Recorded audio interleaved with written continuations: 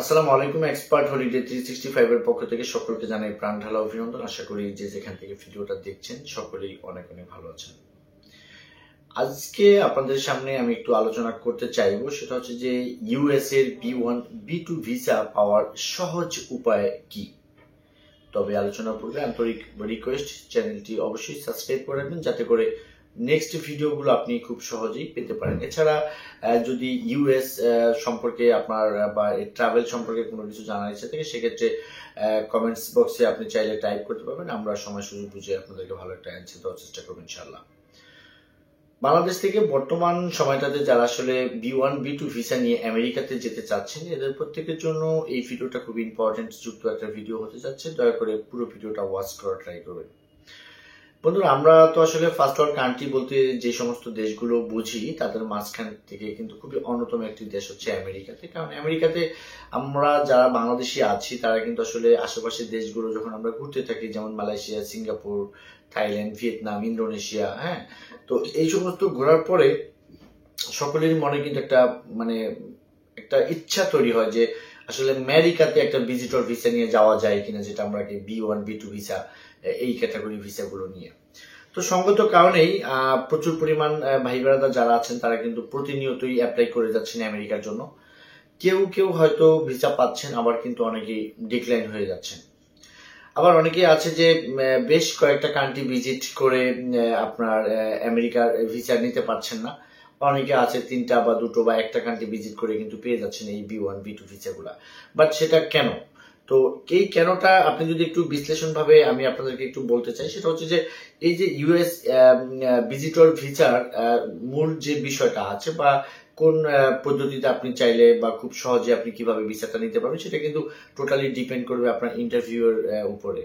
Because আপনার কাছে পর্যাপ্ত পরিমাণ ডকুমেন্টস আছে, সেটা যদি কেউ দেখতে চায় সে না হয় বুঝবে যে আপনি কি বা কোন লেভেলের, সেটা বোঝানোর অন্যরকম একটা, সেটা কিন্তু অন্যান্য দেশের ক্ষেত্রে প্রযোজ্য হয়। কিন্তু আমেরিকার ক্ষেত্রে যেহেতু আপনার কোনো প্রকার ডকুমেন্ট তারা দেখবে না বা দেখার কথা বলবেও না, সেক্ষেত্রে কিন্তু টোটালি আপনার সাথে ওরা কথা বলবে, হয়তো বা সেটার ডিউরেশন টাইমটা 2-4 মিনিটের ভিতরে আপনাকে কথা বলে শেষ করবে। দেন তখন কিন্তু আসলে ওরা সেই ডিসিশনটা মেক করবে যে আপনাকে ভিসাটা দেবে অথবা কি ভিসাটা দেবে না।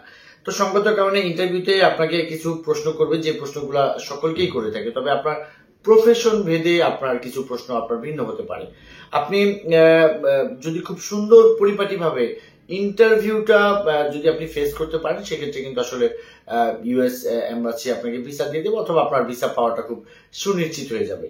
তো বেসিক্যালি ভিজিটর ভিসার জন্য ইন্টারভিউতে আমরা যখন আমাদের এম্বাসির অ্যাপয়েন্টমেন্ট ডেটটা থাকে, ইন্টারভিউ ডেটটা, সেই দিন তো অবশ্যই আপনাকে খুবই একদম ফর্মালি একটা ওয়েতে আপনি ওখানে যাবেন।